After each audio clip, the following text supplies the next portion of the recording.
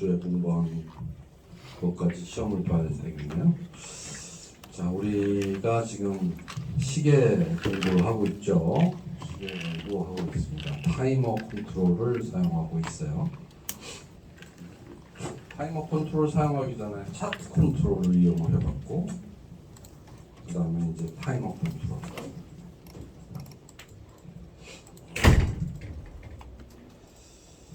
타이머 컨트롤을 하면서 우리가 공부했어야 되는 것 몇 가지를 한번 살펴보죠. 어떤 것들을 공부했어야 되느냐? 타이머 자체는 아주 쉬워요. 타이머라는 컨트롤을 디자이너에서 추가해서 타이머가 얼마 간격으로 이벤트를 만드는지를 지정해주고, 그때 실행되는 틱 함수를 만들면은 그 시간마다 하나씩 추가 동작을 하는 거죠. 그래서 이제 타이머를 시작시키고 인터벌을 지정을 하고 타이머.틱 이벤트 함수를 추가하면 됩니다. 그러면 이제 저 함수가 일정한 간격으로 동작을 하게 된다. 그래서 이제 처음에 디지털 시계를 이렇게 만들었어요. 여기에 레이블 하나, 여기에 레이블 하나. 레이블 두 개에 하나는 날짜, 하나는 시간을 표시했다. 그런데 현재 시간을 가져와야 현재 날짜랑 시간을 알 수 있잖아요. 현재 시간이라는 건 컴퓨터에 있는 시간을 얘기하는데, 걔는 어떻게 가져올 수 있죠? 어떻게 가져올 수 있다? datetime.now라는 걸로 가져옵니다. datetime.now 여기 있죠? datetime.now 하면 그게 현재 시간이 되는 거고, 걔를 어떻게 표시해 줄 것인가, 그거는 이제 굉장히 여러 가지 표시 방법이 있어요. 그 중에서 이제 이렇게 포맷을 지정을 해줘서 y는 year의 약자예요. 그래서 연, 대문자 m은 month의 약자에서 월, d는 day의 약자에서 날, 이렇게 돼 있고요. 시간은 hour, minute, second잖아요. hour는 h, 그 다음에 minute는 month하고 구분하기 위해서 반드시 소문자로 써야 됩니다. month는 대문자, minute는 소문자 이렇게 쓰고요. second 이렇게 씁니다. 앞에 tt라고 쓴 것은 이거는 오전, 오후를 표시를 해줍니다. 한글 버전의 컴퓨터에서는 오전, 오후 이렇게 쓰고, 영어 버전의 컴퓨터에서는 AM, PM 이렇게 써주게 되죠. 그래서 이제 요 프로그램은 요걸로 끝인데, 아주 굉장히 간단하죠. 요걸로 끝인데, 레이블 두 개의 폰트와 위치만 지정을 해주면 된다. 그래서 폰트를 이렇게 지정을 해주고, 위치는 이렇게 지정을 해줬다. 그리고 이제 위치 지정하는 방법도 굉장히 많이 쓴다고 했어요. 굉장히 많이 쓰는데, 위치 지정은 항상 비슷합니다. 요게 이제 클라이언트 사이즈거든요. 요게 클라이언트 사이즈인데, 요게 레이블의 테두리, 레이블을 둘러싸고 있는 테두리가 레이블이에요. 레이블의 위치는 요 왼쪽 상단의 포인트가 이 레이블의 위치가 됩니다. 로케이션. 그래서 이 레이블이 여기에 위치를 하게 하려면 x 좌표, 이게 이제 x, y 좌표로 이루어지는데, x 좌표는 어떻게 되느냐면 이 테두리, 이 전체 클라이언트 사이즈의 중앙이죠. 그러니까 2분의 어딨죠? 2분의 클라이언트 사이즈의 width, 여기에서 요만큼을 빼주는 거예요.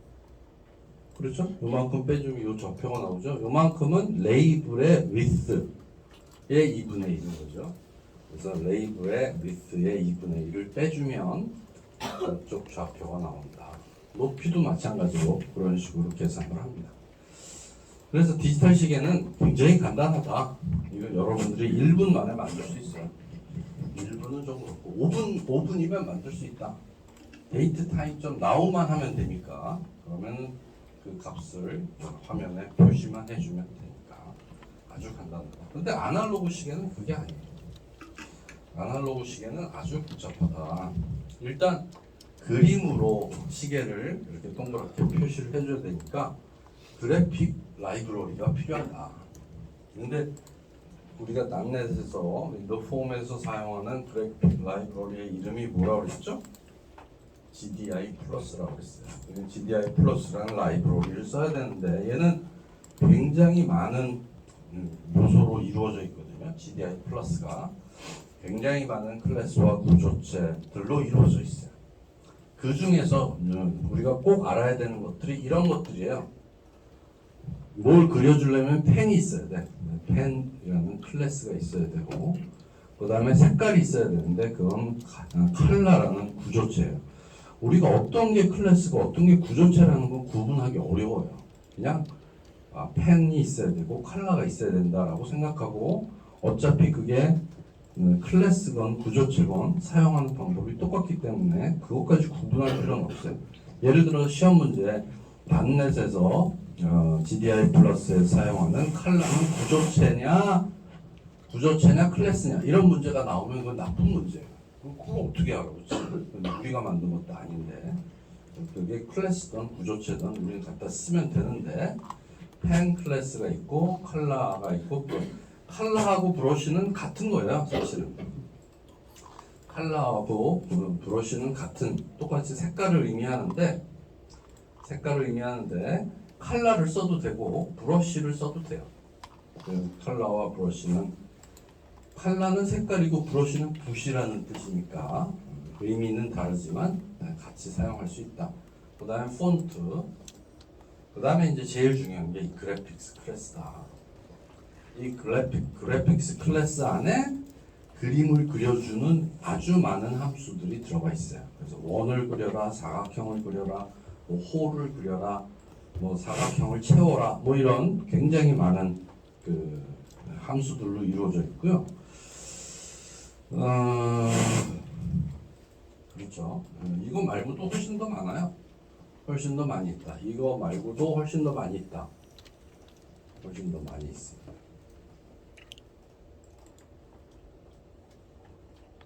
근데 이걸 다 외울 수는 없으니까 우리가 이제 실제로 그래픽 라이브러리를 써서 그림을 그리면서 여기다 사각형을 그려야 되는데 그럴 때는 드로우 렉탱글을 써야 되겠구나.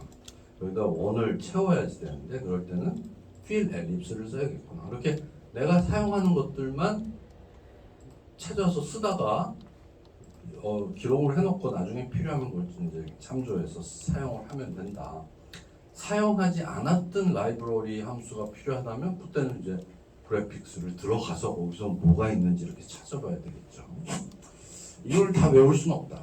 그래서 이렇게 그래픽 라이브러리를 쓴다라는 게 독특한 점이고요. 그 다음에 이제 onPaint라는 메소드를 썼어요. onPaint. onPaint는 on이라고 시작하는 그 함수들은 메소드가 함수입니다. 메소드가 함수. 클래스에서 사용하는 함수를 메소드라고 하는데, onPaint라는 그 메소드 함수는 페인트 이벤트에 의해서 동작하는 메소드예요. 페인트 이벤트는 뭐예요? 그림을 그려줘야 되는 상황에서 발생하는 이벤트예요. 언제? 처음에 프로그램이 시작할 때, 최소화됐다가 다시 원위치로 뜰 때, 최대화될 때, 뭐 이런 식으로 그림을 다시 그려주어야 되는 상황에서 실행되는 이벤트예요. 그걸 on이라고 하는 onPaint에다가 쓰게 되는데, 얘는 조금 외워야 돼요. protected, 요거를 좀 외워야 돼요. protected, override, void 다음에 onPaint라고 쓴다. protected, void, override, void, onPaint 이렇게 쓴다. 그 안에서 그래픽 함수를 쓰려면 그래픽 객체를 하나 만들어야 되죠. 우리가 항상 얘기를 했어요. 어떤 클래스를 사용하려면 그 클래스의 객체를 만들었어야 된다 그랬어요. random r은 new random 괄호 하는 식으로 만들어서 쓴다 그랬죠. 그래픽스는 조금 다르게 만든다. 그래서 onPaint 안에서는 e.graphics라고 그래픽 객체를 만듭니다. 여기에서 e는 요 페인트 이벤트 아규먼트 2를 의미한다. 그래서 onPaint 안에서 내가 그래픽 객체를 만들 때는 저렇게 만들어야 돼. 알겠지? 그런데 온페인트가 아닌 데서도 그래픽 객체를 만들 수가 있다. 그 만들려면 그래픽 객체 G는 create graphics라는 함수를 가지고 만든다. this.create graphics 이렇게 해서 만든다. this는 폼을 얘기하는 거고요. create graphics라는 함수를 만든다. 두 개가 굉장히 다른 거죠. 그래서 두 개를 나도 처음에 저거를 공부할 때 야, 이게 왜 안 되지? 막 이런 고민을 많이 했었어요. 두 개가 다르다. 그래서 온페인트에서는 미션 그래픽스 해가지고 만들고 온페인트가 아닌 다른 모든 곳에서는 크리에이트 그래픽스에서 만든다. 원래는 얘도 이제 클래스니까 그래픽스 G는 U 그래픽스 이렇게 해서 만들 것 같잖아요. 그렇게 안 하고 저렇게 만든다. 라는 걸 하나 알아둬야 됩니다. 그래서 그래픽 객체를 만들었으니까 이제는 G.draw rectangle 하는 식으로 우리가 그래픽 함수들을 사용할 수 있게 된 거예요. 그래서 이제 이번엔 두 번째 프로그램으로 디지털과 아날로그 시계를 같이 만들어 보자 해서 지금 아날로그 시계부터 만들었습니다. 아날로그 시계를. 아날로그 시계를 이제 만들려고 보니까 요 좌표가 여기에 메뉴가 들어가 있단 말이에요. 그죠? 요 좌표에 여기 메뉴가 들어가 있으니까 이 메뉴 때문에 높이 계산할 때마다 헷갈리거든요. 그래서 아예 패널이라는 걸 집어넣었어요. 그래서 나는 요 패널에 0,0에서부터 요 패널에 끝 패널점 width와 height라는 요 좌표계 안에서 그림을 그리겠다는 얘기예요. 그렇죠? 그렇지 않으면 저 폼에다 직접 그릴 수도 있는데 폼에다 직접 그리게 되면 좌표 계산이 너무 복잡해지니까 아예 좌표를 단순하게 하기 위해서 패널 위에다가 그리겠다. 그래서 패널을 하나 갖다 놨습니다. 그 다음에 이제 또 하나 타이머를 이렇게 여기에서 디자이너에서 갖다가 만들 수도 있고, 그렇죠? 그리고 타이머의 속성에서 뭐 인터벌이라든지 이네이블이라든지 이런 거를 세팅할 수도 있지만 그냥 여기다 갖다 놓지 말고 코드에서 우리가 사용하는 프로그램 안에서 직접 타이머를 만들 수도 있다 그랬어요. 오히려 그게 더 간단하니까 여기서는 그렇게 했습니다. 아날로그 시계를 구성하고 있는 여러 가지 변수들을 요 폼 안에서 선언을 했습니다. 여기에서는 그래픽 객체 G서부터 플래그, 그 다음에 중심점, 반지름, 시침, 분침, 초침의 길이, 그 다음에 클라이언트 사이즈와 시계 사이즈 이런 것들을 다 지정을 해놨습니다. 저거에 의해서 우리가 그림을 그릴 수가 있다. 그래서 이제 폼 안의 생성자에서는 클라이언트 사이즈를 딱 지정을 했어요. 클라이언트 사이즈를 300 곱하기 300으로 지정을 했고, 그런데 이제 메뉴가 있으니까 메뉴 스트립의 높이만큼 하이트는 더 커져야 되죠. 그래서 width는 클라이언트 사이즈, 그 다음에 하이트는 클라이언트 사이즈에다가 메뉴 스트립의 높이까지를 추가한 값으로 세팅을 했고, 디스턴 텍스트는 여기다 my phone clock이라고 써줬고, 패널의 배경색은 화이트 스모크로 했다. 그 다음에 얘는 G를 만들었는데 얘는 온페인트에서 만들지 않았죠? 그러니까 G를 어떻게 만들어? 패널 1. create graphics로 만든다. 그러면 얘는 이 G라는 객체의 함수들은 어디에 작용을 하냐면 패널에다 작용을 한다. 알겠죠? 얘가 패널이 아니고 이걸 this라고 썼으면 this라는 거는 얘기했죠. this는 이 폼을 얘기합니다. 폼. 그래서 this.create graphics라고 하면 폼 위에다 그려주는 거야. 근데 나는 패널에다 그릴 거기 때문에 패널의 이름 패널 1. create graphics를 해서 만들었다. 그래서 그래픽 객체를 위에서 이 앞에서 변수로 선언을 해주고, 왜냐하면 이 함수에서만 쓰는 게 아니고 여러 함수에서 쓸 테니까 바깥에서 선언을 해주고 실제로 만드는 거는 폼의 생성, 이건 생성자입니다. 생성자 함수. 이 폼의 생성자 함수에서 크리에이트 그래픽스에서 만들어줬다. 그리고 나서 아날로그 클럭 세팅, 디지털 클럭 세팅, 타이머 세팅 이렇게 세 가지 세팅을 해주는 걸로 생성자 함수가 이루어졌습니다. 알겠어요? 그러니까 생성자 함수는 어떤 함수예요? 함수는 보통 우리가 호출해서 쓰는데 생성자 함수는 객체가 만들어질 때 자동으로 실행이 돼요. 그게 생성자 함수예요. 근데 생성자 함수는 이렇게 만듭니다. 리턴 값이 없고 클래스와 이름이 같은 함수가 생성자 함수인데 폼 안에 있는 생성자 함수는 퍼블릭 그냥 폼1 이렇게 되죠. 리턴 값이 없어요. 이거는 생성자구나 라는 걸 알 수가 있고 생성자 함수는 폼이 만들어질 때 한 번 실행이 됩니다. 거기에서 필요한 초기화 작업을 다 하는 거죠. 여기까지 이해하겠습니까?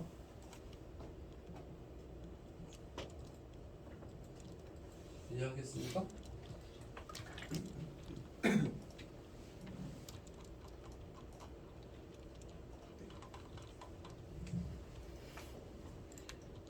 그러니까 이제 그 대답할 그 시점을 잘 잡지 못하는 거지. 이해하겠죠? 이해하는 거하고 내가 이제 아는 거하고 좀 다른 거예요. 그러니까 일단은 이해는 하고 연습을 해서 자기가 자기 걸로 만들어야죠. 일단은 이해는 해야 돼. 왜 이렇게 하는지를 이해는 할 수 있어야 돼. 아, 요런 이유로 이렇게 프로그램을 짜고 있구나. 그래서 이제 아날로그 세팅에서는 센터, 이 시계의 중심점, 반지름, 시침, 분침, 초침을 지정을 했고요. 타이머 세팅에서는 아까 얘기한 것처럼 타이머를 디자인해서 만들어 이렇게 집어넣으면 타이머1이라는 게 저절로 만들어지는데 여기서는 내가 만든 거예요. 그냥 코드에서 만든 거예요. 타이머를 객체를 타이머 객체 소문자 타이머를 뉴 타이머 괄호해서 만든 거죠. 타이머 객체를 하나 만들고 인터벌과 틱 함수를 지정을 해주고 스타트 시켰다. 그러면 시계가 1초에 한 번씩 동작을 하게 됩니다. 거기까지 이제 했고요. 그 다음에 이제 틱 이벤트 처리 함수가 제일 중요하죠. 1초에 한 번씩 시계를 표시를 해줘야 되는데 그 시계를 표시를 해주려고 하다 보니까 일단 아날로그 시계만 했죠. 아날로그 시계가 이 부분인데 아날로그 시계가 이 부분이에요. 아날로그 클럭이 true일 때 이게 이제 아날로그 시계인데 여기에서 그 시계판을 그려주고 우리는 시계판이 그냥 원이에요. 이렇게 원인데 원에 두께가 있는 거죠. 그래서 두께가 있는 원을 하나 그려주는 게 시계판이고 그다음에 시계 바늘을 지금 몇 시예요? 지금이 10시 24분이면 10시 24분이면은 시침이 10시 24분 하고 이제 초가 막 돌아다니겠죠. 초가 이렇게 막 돌아다니겠죠. 10시 24분이라는 걸 그려줘야지 되는데 10시 24분이라는 걸 그려주는 게 어떻게 그려줬냐면 각도를 계산해서 그렸다. 그래서 요 포인트를 0 원점으로 해서 요 각도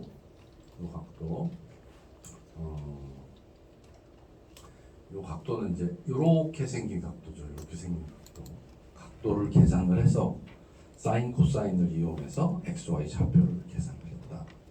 그 과정이 여기에서 라디안 아워, 그 다음에 라디안 미니트, 라디안 세컨드, 시침, 분침, 초침의 각도를 계산하는 과정입니다. 과정이 어렵죠. 시침은 1시간에 30도씩 이동하죠. 30도씩 이동을 하는데 시계가 1시 30분에서 갑자기 2시 이렇게 덜커덕하지 않잖아요. 1시 30분이면 1시서부터 2시 사이에 어느 지점을 가르쳐야 되는데 그러니까 1시가 넘어가니까 30도에다가 그 다음에 만약에 30분이라면 거기에서 또 반이 가야 되니까 60분이 30도라는 거를 알고 있으니까 몇 몇 도가 더 추가가 된다라는 걸 계산하는 거예요. 이렇게 60 이게 30도고 요게 몇이냐 하는 거. 그다음에 요거는 분에 의해서 조금 더 추가적으로 가야 되는 부분. 분도 마찬가지로 그렇게 계산했고 분은 1분에 몇 도씩까요? 60분이잖아요. 한 원이 60분이니까 360도를 6으로 나누니까 1분에 6도씩 움직인다. 근데 이제 여기도 초가 60초가 또 6도로 움직이니까 몇 초냐에 따라서 1분이 이렇게 조금씩 더 추가되는 부분을 여기에서 더 추가를 했습니다. 초침은 그냥 1초에 하나씩 이렇게 딱딱 움직이니까 그런 거 필요 없이 그냥 1초에 6도씩 움직인다. 이렇게 하면 되고요. 그 매스 함수, 매스 라이브러리에 있는 매스 클래스죠. 매스.sin 함수, 코사인 함수는 그 매개 변수의 라디안 값을 써요. 각도를 쓰지 않고. 그러니까 라디안으로 변환하기 위해서 파이 나누기 180도를 곱해준 겁니다. 그래서 라디안으로 현재 시간에 대한 각도를 계산했다. 저 부분이 아마 어려울 것이다. 그렇죠? 뭐 삼각함수가 간단하지만 그래도 수학이 들어갔으니까 그래서 이 부분을 삼각함수로 각도를 계산해서 그림을 그려준다라는 걸 이렇게 설명을 했습니다. 여기서 이렇게 설명을 했고요. 그 다음에 이제 메뉴 처리 부분 이런 거 조금만 더 하면 되겠죠. 그래서 지난 시간에 한 거를 한번 실행을 시켜보면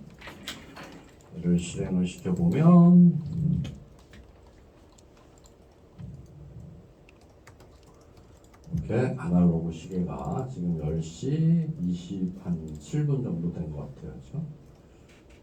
이렇게 시침, 분침, 초침이 그려져서 동작하고 있다.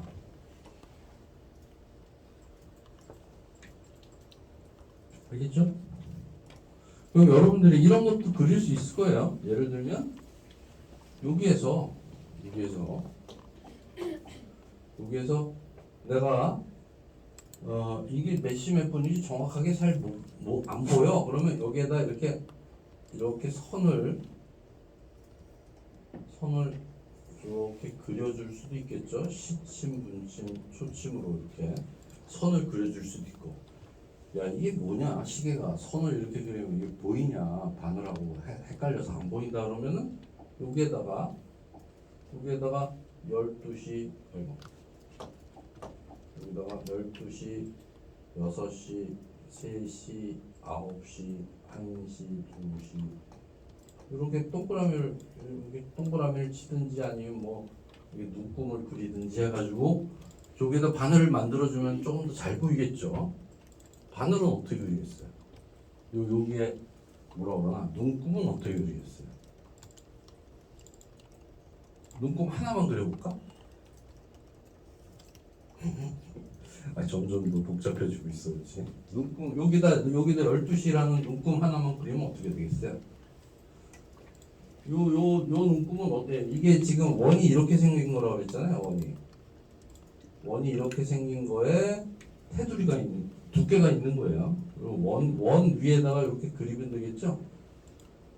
그렇죠? 여기다 이렇게 그리면 되는데 요 위치는 어떻게 잡을 수 있어요? 요 위치. X좌표는 어디예요? X좌표는 센터잖아요. 요거 센터. 요 패널의 센터. Y좌표는 요 원의 반지름 높이만큼이잖아요. 그렇죠? 그려볼까요? 나중에 합시다. 좀 바늘은 나중에 합시다. 지금 할 게 많으니까. 그래서 그릴 수가 있어요. 뭐든지 여러분들이 그릴 수가 있어요. 단지 그려주려면 뭔가 계산을 해야 되는 거죠. 여러분들이 이제 좌표 값에 익숙하지가 않아서 조금 어려울 텐데 아무튼 그렇게 그릴 수가 있습니다. 이제 거기까지 했고요. 자, 그래서 여기까지 다 한 겁니다. 다 했고 이제 메뉴 처리를 해보자. 오늘 공부가 이제 시작이 되는 겁니다. 아직 메뉴 처리를 안 했으니까 메뉴부터 해보자.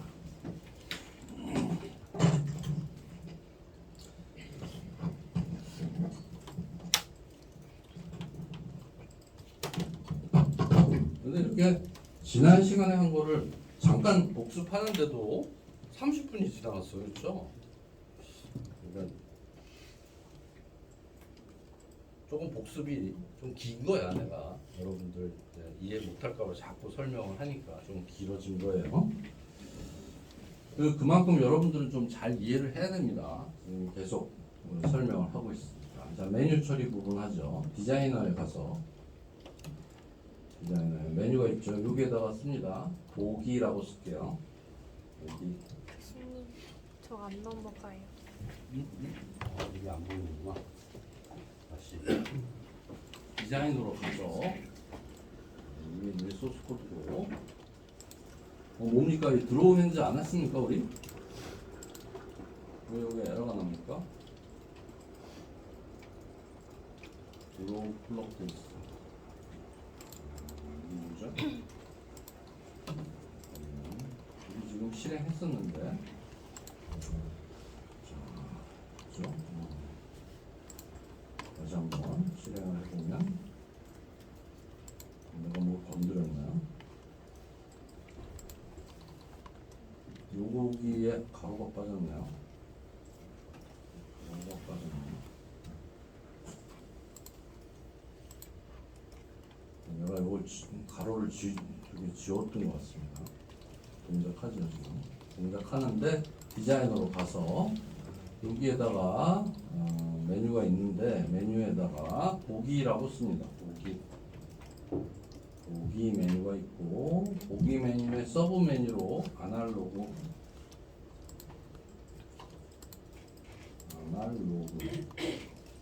그 밑에는 디지털 여기에다가는 선을 하나 넣고 싶은데 선을 어떻게 넣지?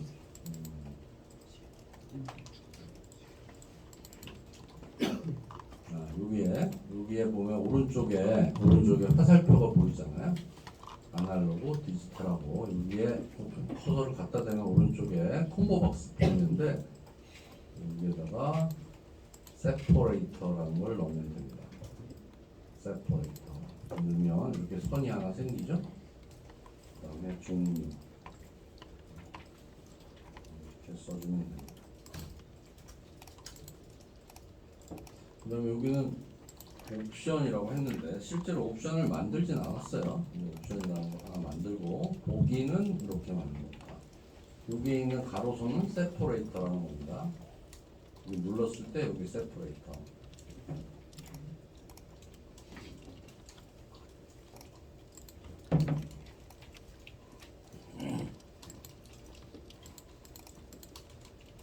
됐나요? 안 된 사람?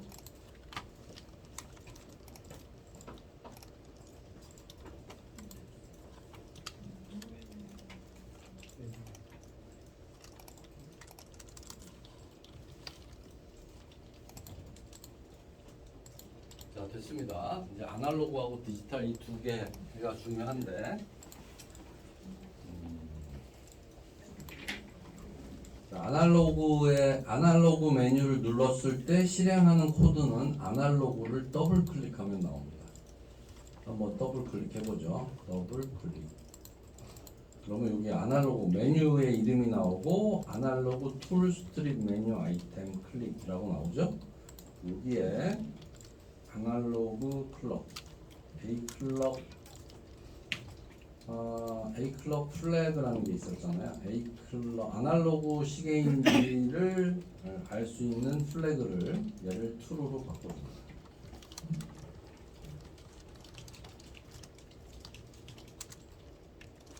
그 다음에 다시 디자인에 가서 이번엔 디지털을 더블 클릭하면 이번에는 이 아날로그 플래그를 false로 바꿔줍니다. 그래서 이게 true면 아날로그 시계를 그리는 거고 false면 디지털 시계를 그리는 거예요. 그 다음에 종료라는 메뉴를 더블 클릭하고 종료하면은 우리가 여태까지 종료 메뉴를 안 썼었는데 종료 버튼도 안 만들었었는데 종료하면 프로그램이 끝나게 한다. 그러면 이 폼을 닫아준다 이렇게 쓰면 됩니다. form.this.close 이렇게 해주면 됩니다. 그럼 메뉴 부분이 이제 끝난답니다. 됐죠? 그럼 이제 메뉴 부분을 처리하는 게 여기에 들어가 있죠. 소스 코드에.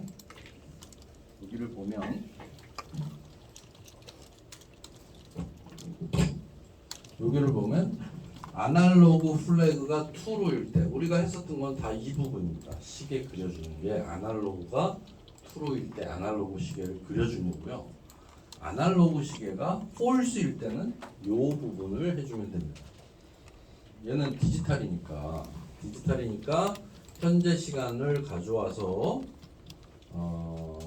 근데 이제 아까 우리가 복습했을 때 146장에서 했었던 시계하고는 좀 달라요. 얘는 뭐가 다르냐면 걔는 레이블 두 개를 썼었잖아요. 근데 얘는 뭐를 썼냐면 드로우 스트링이라는 그래픽 함수로 글씨를 그려주는 겁니다. 그래서 두 개가 좀 다른데 얘는 어차피 패널 위에 레이블이 없으니까 그 위치에다 그려주기만 하면 되겠죠. 그래서 이제 이렇게 했습니다. 그럼 이제 폰트를 지정을 해야 되는데 폰트 지정하는 거를 D 클럽 세팅에서 하겠습니다. D 클럽 세팅으로 한번 가볼까요? 어디 있나요? 맨 위에 여기죠. D 클럭 세팅. 요 함수로 가면 여기 다 했네요. D 클럭 세팅은 다 했죠? 여러분도 했나요? 했죠? 요 폰트만 지정을 해준 겁니다. 폰트와 색깔을 지정을 해줬고요. 그 다음에 이제 여기다가 아날로그 시계일 때는 아날로그 시계를 했고 디지털 시계일 때는 여기에서 해주면 되겠다. 그래서 요 디지털 시계 요 네 줄만 써주면 디지털 시계가 되는 겁니다. 자, 한번 해보죠. 스트링으로 데이트라는 걸 만듭니다. 날짜. 데이트 타임 점 날짜니까 now 해서 to string 해도 되는데 아예 여기는 today라고 했습니다. today를 to string으로 하는데 얘는 대문자 D 포맷으로 써주겠습니다. 대문자 D. 여기 보면 자세한 날짜 이렇게 나오죠. 자세한 날짜, 간단한 날짜, 뭐 여러 가지 포맷이 나오는데 대문자 D로 써주면 얘는 자세한 날짜. 자세한 날짜 포맷입니다. 자, 그 다음에 스트링 타임이라는 걸 하는데요. 스트링으로 소문자 타임이라는 걸 만든 데는 데이트 타임 점 now 데이트 타임 C 지금 현재 시간이 요 앞에 가볼게요. 현재 시간이 요 C에서 데이트 타임 점 now를 가져왔잖아요. 그러니까 현재 시간은 C가 가지고 있어요. 그러니까 여기서는 데이트 타임이라는 거를 스트링 점 포맷으로 만듭니다. 어떻게 만드냐면 0번째 거를 숫자 두 자리, 그 다음에 콜론을 찍고 첫 번째 거를 숫자 두 자리, 콜론을 찍고 두 번째 거를 숫자 두 자리 이렇게 썼습니다. 전부 다 두 자리 숫자로 쓰겠다 이런 얘기고요. 두 자리 숫자로 쓰니까 10시 3분 그러면 10시 03분 이렇게 쓰는 겁니다. 10시 03분. 첫 번째 숫자는 이 아까 얘기한 C에 있는 hour 시간이 되는 거고요. 두 번째 거는 C.minute가 되는 거고요. 세 번째 거는 C.second가 되는 거고요. 그러면 끝나게 됐다. 그래서 이제 데이트라는 문자열과 타임이라는 문자열을 만들었으면 걔를 그려주면 된다. 그려줄 때 G.draw string이라는 함수를 씁니다.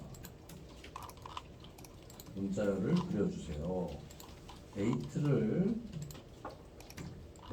데이트라는 문자열을 데이트 폰트로 색깔 비데이트로 그 다음에 포인트를 뉴 포인트 어느 위치에다가 쓰느냐?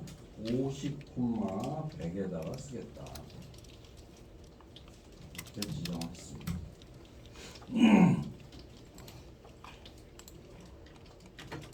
50, 100이니까 어디에요?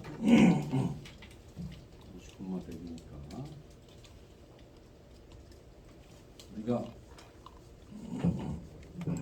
우리가 지금 시계 그리는데 시계를 어떻게 그리고 있냐면 전체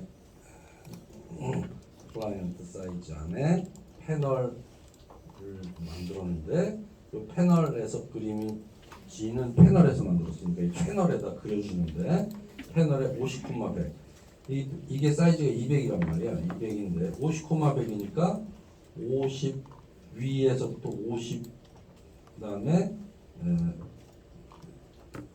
50, 높이는 100이니까 높이가 100이니까 어디쯤입니까?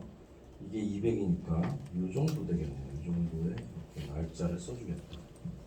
그 다음에 120 위치니까 그거보다 조금 아래에 시간을 써주겠다. 이런 뜻이죠.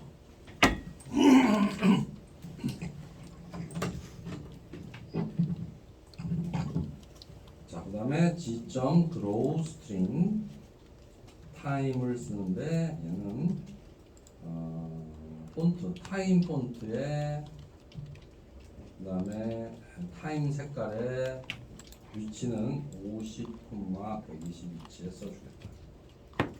이렇게 써준다는 얘기입니다. 그리고 이제 시작을 해보면 처음에는 이렇게 아날로그 시계가 나오는데 얘를 디지털 시계로 바꾸면 디지털 시계가 나옵니다. 이 글자가 다 안 나오네요, 그렇죠? 안 나오니까 50, 100으로 하지 말고 얘를 10, 4 이렇게 한번 해봅시다.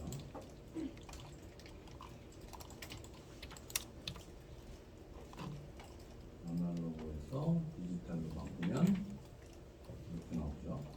얘가 너무 밑으로 내려와 있죠? 이게 전체 200 중에 100에서 쓰기 시작하니까 얘를 좀 올려주겠습니다. 얘는 70서부터 얘는 90 이렇게 쓰면 돼요.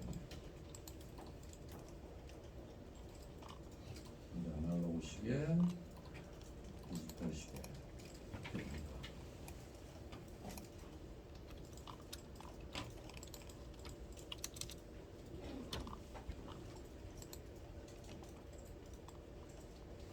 얘가 디지털 클럭 세팅에서 여기 보면 디지털 클럭 세팅에서 여기가 맑은 고딕 12, 얘는 맑은 고딕 32 이렇게 썼잖아요. 그런데 얘는 이탈릭으로 썼으니까 얘가 옆으로 기울어진 글씨가 나오는 겁니다. 조금만 줄여봅시다.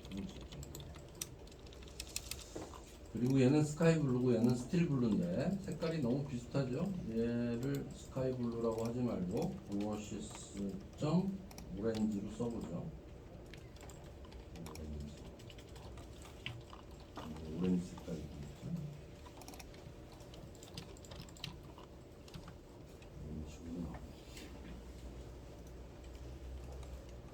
오렌지 색깔 별로 안 이쁘면 다른 색깔로 바꾸면 되죠. 오렌지 네. 조금 더 붉은색.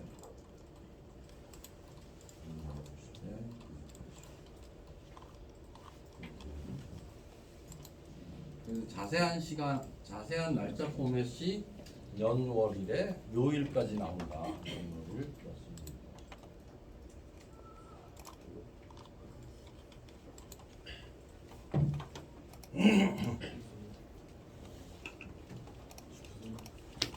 네.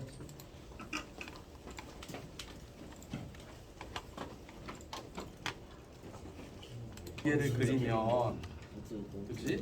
아까 디지털 시계를 요게 10, 뭐 얼마 이렇게 숫자로 줬잖아.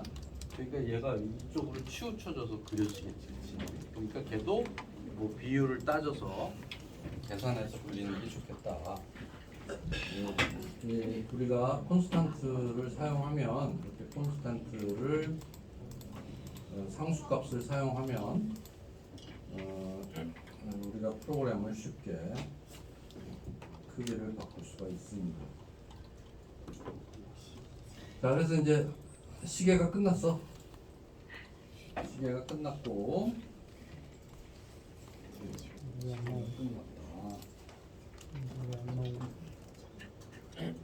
소리 꺼놨어. 이거 정리를 해보면 타이머 컨트롤을 썼어요. 지금까지 시계 만들면서 타이머 컨트롤을 썼고, 그 다음에 타이머에서는 우리가 인터벌 몇 초에 한 번씩 할 거냐 하는 그 인터벌하고 틱이라는 게 굉장히 중요하다. 그래서 이제 147장에서 디지털 시계를 그렸고, 아날로그를 그리기 위해서는 그래픽 라이브러리 GDI 플러스 공부했고, 그래서 이제 165장에 있는 아날로그 시계를 그리면서 메뉴 사용하는 것까지 같이 했다. 알겠죠? 그래서 여러분들은 이제 메뉴도 만들 수 있고 그래픽도 쓸 수 있는 상태가 된 거예요.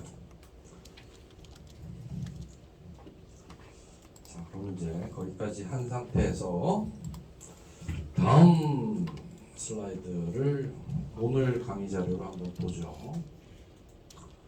오늘 강의 자료는 데이터베이스. 파이어베이스를 쓸 거예요. 데이터베이스 프로그램은 굉장히 중요한 프로그램입니다. 그러니까 요즘에는 거의 우리가 만약에 뭐라 그럴까요? 내가 BMI 계산기 처음에 BMI 계산기 만들었잖아요. BMI 계산기 만들면은 키하고 체중을 입력하는데 키하고 체중을 입력해서 BMI 값을 계산을 했어. 그런데 내가 지금 계산한 값은 없어져 버리죠. 다음번에 BMI 계산기를 실행할 때는 그 데이터가 없어져 버리죠. 그 데이터를 보관을 하고 싶어. 지금 현재 BMI 값을 보관하고 싶어. 왜냐하면 내가 운동을 해서 체중을 줄이고 있으니까 BMI 값이 점점 개선이 될 거야 라고 생각을 하고 그거를 저장을 하려면 어떻게 저장할 수 있어요? 일단 프로그램은 꺼지면은 그냥 데이터가 다 날아가 버려. 그러면 뭔가 데이터를 저장해 놓는 방법이 필요하잖아요. 저장할 수 있는 방법은 두 가지예요. 뭐야? 파일에다가 써놓든지 아니면 데이터베이스에 저장하든지. 알겠지? 그래야 내가 다음번에 실행할 때 그 값을 읽어와서 처리할 수가 있어요. 그래서 이제 파일을 사용하려면 우리가 그 파일 포인터 가지고 처리하는 부분을 해야 되는 거고, 데이터베이스를 쓰려면 우리가 데이터베이스를 가져다가 써야지 되는데, 일단은 데이터베이스를 가지고 쓰는 것부터 해보겠습니다. 그 파일에서 저장하는 것보다는 데이터베이스에서 저장하는 게 더 강력합니다. 왜냐하면 데이터베이스에는 기능이 굉장히 많으니까 데이터베이스를 쓰는 것이 더 좋겠다. 알겠습니까? 자, 데이터를 내가 저장을 하려면 두 가지 방법이 있는데 하나는 파일이고 하나는 데이터베이스다. 그 중에서 우리는 오늘 데이터베이스를 공부할 거야. 데이터베이스에서 프로그램하는 것을 우리가 CRUD라고 합니다. CRUD, CRUD의 약. CRUD가 약자인데 그걸 이제 발음을 하면 CRUD가 되잖아요. CRUD 프로그래밍이라고 얘기를 합니다. 데이터베이스 프로그램을. CRUD는 Create, Read, Update, Delete의 약자입니다. 저게 데이터베이스에서 우리가 하는 작업들이죠. 그래서 CRUD라는 것은 여러분들이 이제 CRUD라는 얘기를 대화하거나 아니면 어디 문서 같은 데서 많이 보게 될 텐데, CRUD 하면은 데이터베이스구나 라는 거 알아야 돼요. CRUD가 뭐지? 이러고 있으면 안 돼요. 그럼 이제 데이터베이스를 가져다 써야 되는데 데이터베이스가 굉장히 많습니다. 데이터베이스가 굉장히 많다. 그 제일 많이 쓰는 게 SQL이라는 데이터베이스들을 많이 써요. SQL이라는 언어를 사용하는 데이터베이스를 많이 쓰는데 지금 우리가 사용하는 파이어베이스는 SQL을 사용하지 않습니다. 그래서 파이어베이스 같은 거를 우리가 특별히 non-SQL 데이터베이스라고 얘기를 합니다. SQL문을 사용하지 않는 데이터베이스. 그래서 non-SQL 데이터베이스라고 한다. 근데 여러분들이 이제 프로젝트 할 때 파이어베이스를 제일 많이 써. 파이어베이스가 쓰기도 쉽고 그 다음에 클라우드 데이터베이스니까 어디서든지 접속할 수가 있잖아요. 그래서 파이어베이스를 많이 쓰니까 여러분들이 많이 쓰는 파이어베이스 먼저 공부를 해보겠습니다. 파이어베이스는 누가 만들었습니까? 구글에서 만들었죠. 구글의 클라우드 데이터베이스 이름이 파이어베이스야. 그 파이어베이스 안에 두 가지 타입의 데이터베이스가 있는데 그 중에 리얼타임 데이터베이스를 오늘 공부를 할 겁니다. 자, 데이터베이스란 뭐다? 크루드가 뭐다? 그 다음에 파이어베이스의 리얼타임 데이터베이스를 만들고 이걸 이용해서 전화번호부 프로그램을 만들어 보겠습니다. 너희 수업할 때 파이어베이스 안 했었지? 네. 우리 책에 없어요, 파이어베이스가. 그래서 이 책이 3년 돼가지고 내가 파이어베이스를 굳이 하는 이유는 애들이 요즘에 다 파이어베이스를 써. 그런데 파이어베이스가 뭔지도 모르고 그냥 막 베껴다 쓰는 거야. 그래서 이제 수업 시간에 이거 해야지 되겠다 이렇게 생각을 했습니다. 그 다음에 이제 그 데이터베이스 프로그램을 쓸 때 많이 사용하는 컨트롤이 데이터 그리드 뷰예요. 그래서 이러한 프로그램 짤 때는 데이터 그리드 뷰를 많이 쓰는데 요거까지 해서 프로그램을 완성을 할 텐데 일주일 정도 걸릴 겁니다. 자, 일단 데이터베이스 기본적인 내용부터 설명을 하죠. 이거는 일반적인 SQL 기반의 데이터베이스를 설명하는 그림입니다. SQL이라는 거는 Structured Query Language의 약자예요. SQL이라는 게 언어예요, 언어. 어떤 언어? 데이터베이스 언어.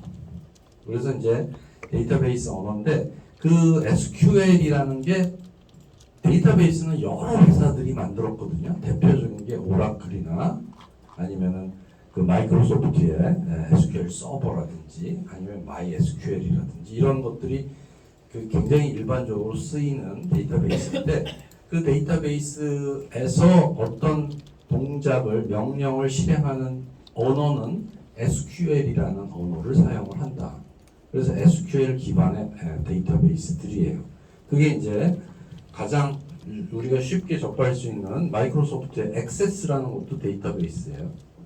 그 다음에 MySQL, MS SQL 서버, MS SQL 서버는 마이크로소프트가 제공하는 대표적인 데이터베이스가 SQL 서버고, 그 다음에 오라클이라는 회사가 데이터베이스의 가장 강력한 회사입니다. 데이터베이스 회사 중에 가장 유명한 회사가 오라클의 데이터베이스가 있고, 그 다음에 오라클에서 만든 그 일반적으로 무료로 쓸 수 있는 데이터베이스가 MySQL이에요. 그래서 아마도 학생들이 제일 많이 쓰는 데이터베이스가 뭐지? MySQL이에요. MySQL을 제일 많이 쓴다. 근데 요즘에는 클라우드 DB를 많이 써서 파이어베이스도 많이 씁니다. 데이터베이스는 이렇게 드럼통 모양으로 그립니다. 항상 그림을. 데이터베이스가 있고 데이터베이스 안에 레코드들이 레코드라는 이름으로 데이터가 들어가는데 여기는 필드와 테이블로 구성이 되어 있습니다. 이런 것들은 나중에 우리가 이제 MySQL 사용할 때 한번 또 공부를 하도록 하죠. C#하고 데이터베이스하고는 일단 연결을 시켜줘야 되죠. 연결시켜주는 방법이 데이터베이스마다 조금씩 다릅니다. 그래서 기본적으로는 OLEDB라는 방법을 쓰는 게 있고 SQL 클라이언트라는 방법을 쓰는 두 가지 방법으로 데이터베이스를 연결을 일단은 해야 돼요. 연결을 하면 그 다음서부터는 아까 얘기한 SQL이라는 언어를 가지고 데이터베이스의 데이터를 크루드합니다. 그러니까 생성하고 리드 데이터를 읽어오고 업데이트하고 딜리트하고 이런 작업들을 하게 된다. 크리에이트, 리드, 업데이트 이렇게 되어 있다. 그런데 이제 우리가 사용하는 프로그램은 그게 아니고 뭐다? 파이어베이스를 쓰니까 SQL을 사용하지 않는 프로그램이야. 그래서 이건 별도로 공부를 해야 돼. 별도로 공부를 해야 된다. 일단 디자인은 이렇게 생겼습니다. 보통 이런 전화번호부를 만들면 얘를 리스트 뷰로 하거나 아니면 이렇게 데이터 그리드 뷰를 쓰거나 둘 중에 한 가지 방법을 많이 씁니다. 근데 이제 리스트 뷰보다는 데이터 그리드 뷰가 더 고급스러운 작업을 많이 할 수 있으니까 데이터 그리드 뷰로 프로그램을 하도록 하죠. 시작할까요? 시작합시다. 디자인부터 하죠. 오늘 디자인은 뭐 어렵지 않아.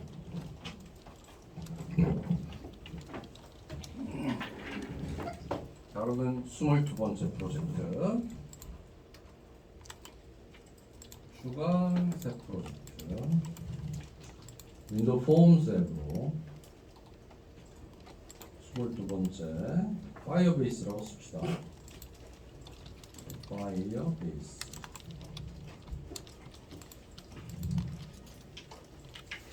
자, 이렇게 생겼고요. 도구 상자를 갖다 놓고, 자, 일단 데이터 그리드 뷰가 어떻게 생겼냐? 여기에 데이터에 보면 데이터 그리드 뷰가 있고 얘를 이렇게 갖다 놓고 적당한 크기로 이렇게 펼쳐주겠습니다.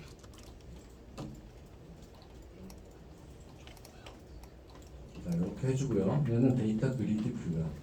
그 다음에 요 밑에 버튼들을 우리 컨트롤들을 배치하는데 레이블 하나를 가져다 놓고 레이블의 이름은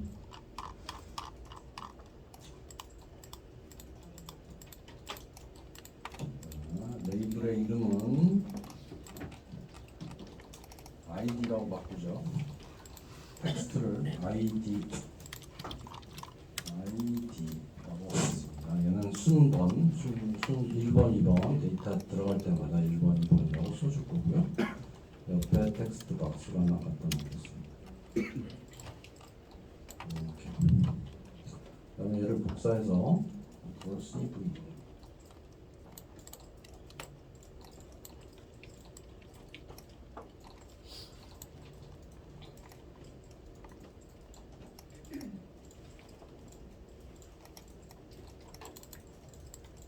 이렇게 가져다 놓고요.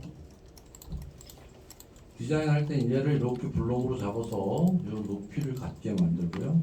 얘도 이렇게 블록으로 잡아서 높이를 같게 만듭니다.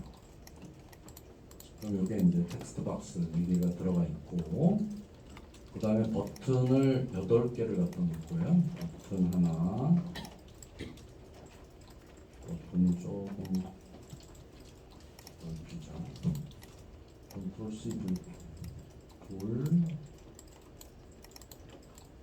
셋, 넷 하고 얘도 이렇게 잡아서 높이를 갖게. 그다음에 컨트롤 C V에서 이렇게 앞에 갖다 놓으면 되겠네요. 이렇게 하면 되겠습니다. 디자인은 다 됐다.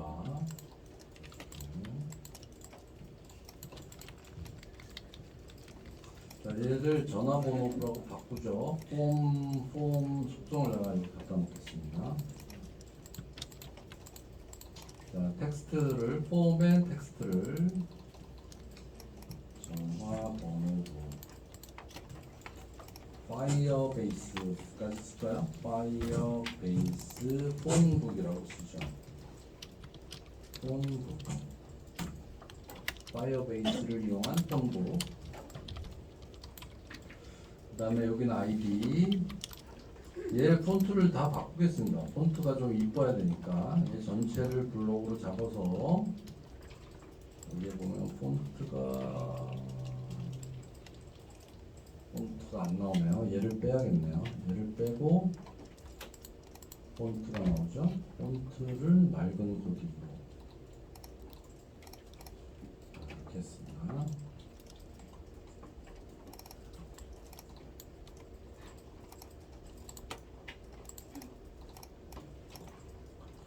자, 그 다음에 이제 ID 옆에 글자를 학번이라고 쓰고요. 학번 폰트가 아니고 텍스트를 학번, 여기는 이름, 여기는 전화번호 이렇게 써주죠. 전화번호가 너무 기니까 얘를 이렇게 블록으로 잡아서 오른쪽으로 이동을 하죠.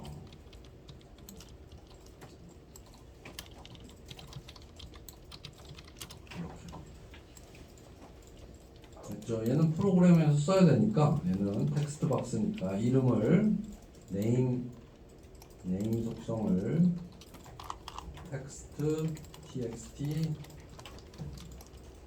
잘 안 보이지? 얘를 좀 확대해서 보여줄게요.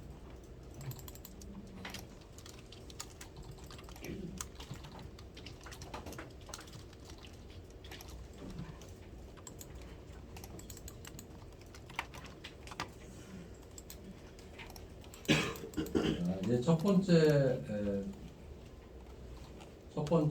네임 속성은 txtid라고 쓰겠습니다.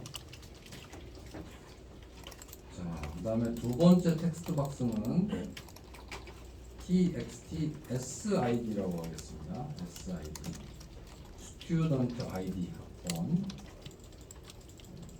그다음에 세 번째 텍스트 박스는 txt 이름이니까 name이라고 쓰겠습니다. 네 번째는 전화번호니까 txt phone이라고 쓰죠. 됐죠? 그 다음에 이 첫 번째 버튼은 이거는 우리 프로그램 하면서 바꿉시다. 이거 프로그램 하면서 바꾸는 게 나을 것 같네요. 자, 이렇게까지 디자인을 해놓고 시작을 하죠. 됐습니까? 여기까지만 했습니다. 요 네 개만 바꿨습니다. 나머지는 프로그램 하면서 하나씩 바꿔 나가죠.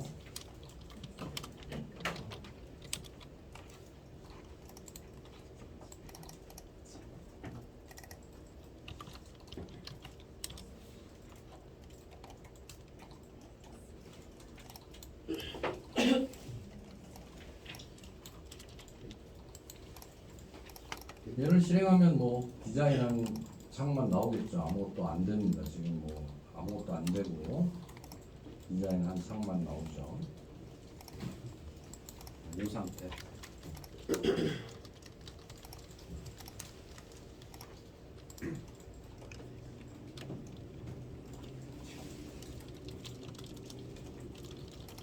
자, 근데 이 프로그램에서 순서대로 합시다.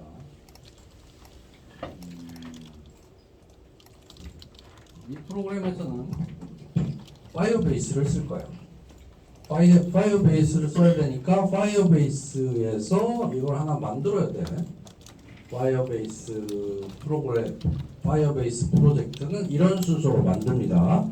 자, 첫 번째, 파이어베이스에 접속해서 새로운 데이터베이스를 하나 만들어야 돼. 데이터베이스를 하나 만들고 걔하고 비주얼 스튜디오에서 짠 프로그램, C# 프로그램이 연결을 시켜야지 되는데 연결을 시키려면 파이어베이스는 구글에서 만들었잖아요.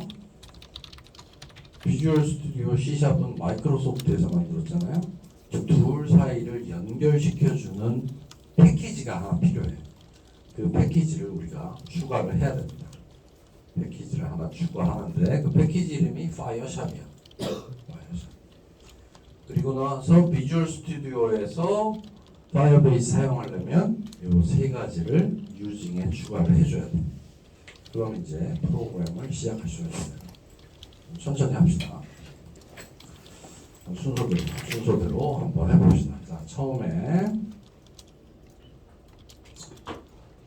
요거 하는 거 말고 일단 파이어베이스에서 리얼타임 데이터베이스 만들어 봅시다.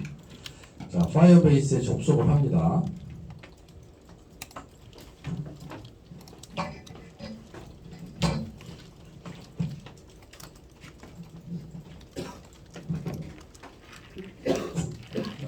주소를 쓰죠. firebase.google.com입니다.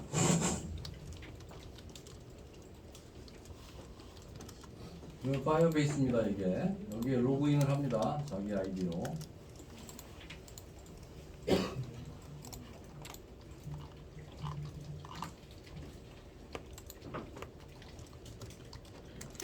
핸드폰이 있어야 될 것 같은데. 네, 핸드폰이 어디 갔어요? 자, 로그인을 하세요.